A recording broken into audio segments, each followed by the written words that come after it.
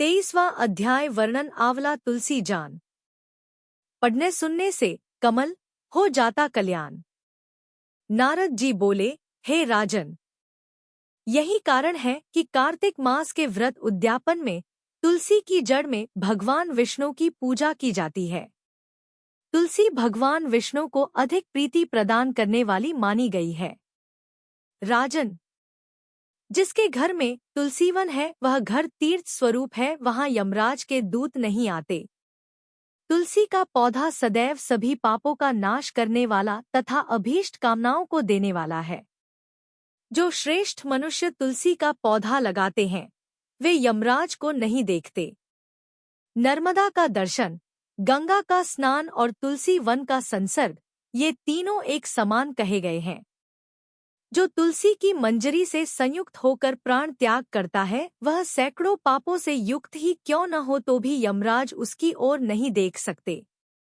तुलसी को छूने से कामिक, वाचिक, मानसिक आदि सभी पाप नष्ट हो जाते हैं। जो मनुष्य तुलसी दल से भगवान का पूजन करते हैं वह पुनः गर्भ में नहीं आते अर्थात जन्म मरण के चक्कर से छूट जाते हैं।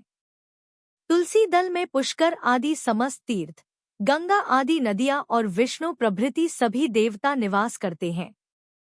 हे राजन, जो मनुष्य तुलसी के काष्ठ का चंदन लगाते हैं उन्हें सहज ही मुक्ति प्राप्त हो जाती है और उनके द्वारा किए गए पाप उनके शरीर को छू भी नहीं पाते। जहाँ तुलसी के पौधे की छाया होती है वहीं पितरों की तृप्ति के लिए श्राद्ध करना चाहिए। जिसके मुख में, कान में और मस्तक पर तुलसी का पत्ता दिखाई देता है उसके ऊपर यमराज भी दृष्टि नहीं डाल सकते, फिर दूतों की तो बात ही क्या है। जो प्रतिदिन आदर पूर्वक तुलसी की महिमा सुनता है वह सब पापों से मुक्त हो ब्रह्मलोक को जाता है। इसी प्रकार आंवले का महान वृक्ष सभी पापों का नाश करने वाला है। आंवले का वृक्ष भगवान विष्णु को प्रिय है। इसके स्मरण मात्र से ही मनुष्य गोदान का फल प्राप्त करता है। जो मनुष्य कार्तिक में आंवले के वन में भगवान विष्णु की पूजा तथा आंवले की छाया में भोजन करता है उसके भी पाप नष्ट हो जाते हैं।